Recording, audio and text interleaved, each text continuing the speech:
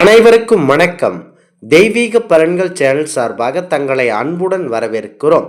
இன்று நம் காணொளியில் காண விரும்புவது நவமி திதியில் என்ன செய்யலாம் என்பதை பற்றி இந்த காணொளியில் விரிவாக பார்க்கலாம். வாருங்கள் காணொளிக்கு செல்லலாம். மறக்காமல் ஒரு சப்ஸ்கிரைப் செய்யவும். பொதுவாக எந்த நல்ல காரியமாக இருந்தாலும் நவமியில் தொட்டது துலங்காது, அதனை தவிர்ப்பது வழக்கத்தில் உள்ளது. இந்த நாட்கள் செய்யக்கூடிய காரியங்கள் இழுபறியாக முடியும் என்பார்கள். வேறொரு நல்ல நாள் பார்த்து புதிய முயற்சி செய்யலாம் என்று சொல்வதை பெரியோர்கள் சொல்வதை நாம் பார்த்திருப்போம். மற்ற திதிகளை கொண்டாடுவது போல் அஷ்டமி நவமி திதிகளை மக்கள் கொண்டாடுவதில்லை. இவ்வாறு தங்களுக்கு பக்தர்கள் முக்கியத்துவம் அளிக்காததை அறிந்த அஷ்டமி நவமி ஆகிய 2 திதிகளும் மிகவும் கவலைப்பட்டன. மகாவிஷ்ணுவிடம் முறையிட்டது. உடனே இறைவன் உங்கள் இருவரையும் கொண்டாடும் விதத்தில் ஒரு செயல் செய்கிறேன் என்று சொல்லி அஷ்டமி என்று கண்ணன் அவதாரம் எடுத்த நாளாக அமைத்தார். நவமி என்று ராமர் அவதாரம் செய்த நாளாக அமைத்தார். இதனால் 2 திதிகளும் திருப்தி அடைந்தன. நன்மை கொண்டாடும் மக்கள் இறைவன் அவதரித்த நாளாக மாறிவிட்டதை அறிந்து மகிழ்ச்சி கடலில் மிகுந்தன.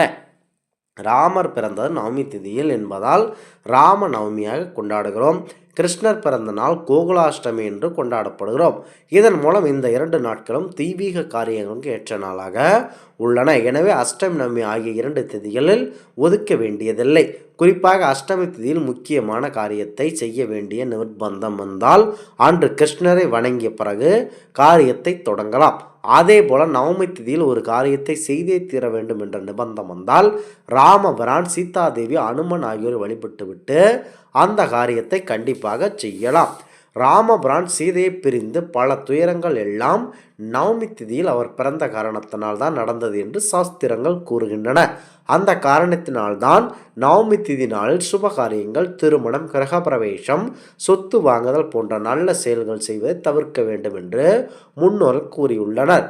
இது போன்ற முக்கிய நிகழ்வுகளுக்கு அஷ்டமி நவமி நாட்களை தேர்ந்தெடுக்காவிட்டாலும் நடைமுறைகள் செய்யும் மற்றும் காரியங்களுக்கு அந்த திதிகளுக்குரிய தெய்வங்களை வழிபட்ட பிறகு காரியத்தை தொடங்கினால் வெற்றி கிடைக்கும். சாதகத்தில் குரு பலவீனமாகவோ தோஷத்துடனோ இருந்தால் நவமி என்று சண்டி ஹோமம் செய்வது சிறப்பான பலனை தரும். நவமி காவல் தெய்வ வழிபாடு, எல்லை தெய்வ வழிபாட்டை தயக்கமின்றி மேற்கொள்ளலாம். குறிப்பாக நவமி திதி என்று போட்டியாளருக்கு எதிரான நடவடிக்கைகளை எடுத்தால் வெற்றி கிடைக்கும் என்பது நம்பிக்கை. பொதுவாக அப்படிப்பட்ட தெய்வத்தின் பிறந்த நாள் நவமியாக இருக்கிறது என்று நீங்கள் நினைக்கலாம்.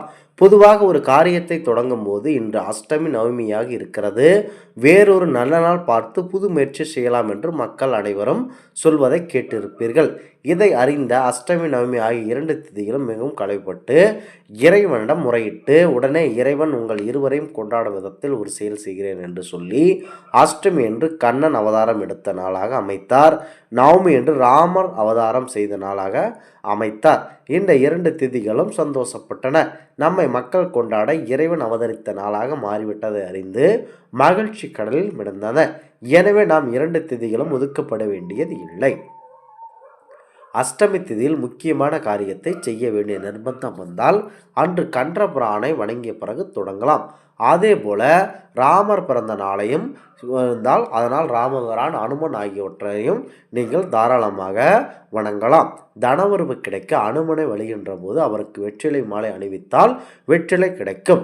துளசி மாலை அணிவித்தால் துயரம் விலகும். ராம ஜெய மாலை அணிவித்தால் சகலமும் ஜெயமாகும். சனி ஆதிக்கம் இருப்பவர்கள் அனுமனை வழிபட்டால் தடைகள் அகலும், தனவரவு திருப்தி தரும். இவ்வாறு அவர் பேசினார்கள். அடுத்ததாக இந்த நவமி திதியில் நீங்கள் கண்டிப்பாக ஸ்ரீராமர் கோவிலுக்கு சென்று நீங்கள் அருகில் இருக்கும் விஷ்ணு பெருமான் ஆலயத்திற்கு கட்டாயம் சென்று அங்கு இருக்கும் ஏழை எளிய குழந்தைகளுக்கு சிறிது அன்னதானம் அவற்றை படைத்து அவர்களுக்கு நிவேதனமாக படைத்து வழங்கினால் நல்லது நடக்கும். கண்டிப்பாக பொருட்செலவு காரணமாக உங்களால் அன்னதானம் கொடுக்க முடியாவிட்டாலும் சிறு எறும்பு குழிகளுக்காவது அரிசி மாவாவது இட்டுவிட்டு வாருங்கள். யாருக்கு செய்தால் என்ன, அதுவும் அன்னதானத்திற்கு ஈடாகுமே.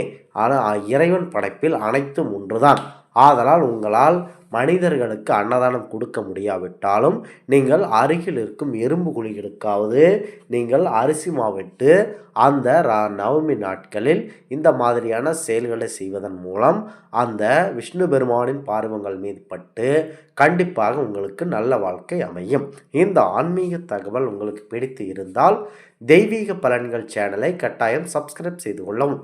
மீண்டும் ஒரு நல்லதொரு காணொளியில் உங்களை சந்திக்கிறோம். நன்றி, வணக்கம்.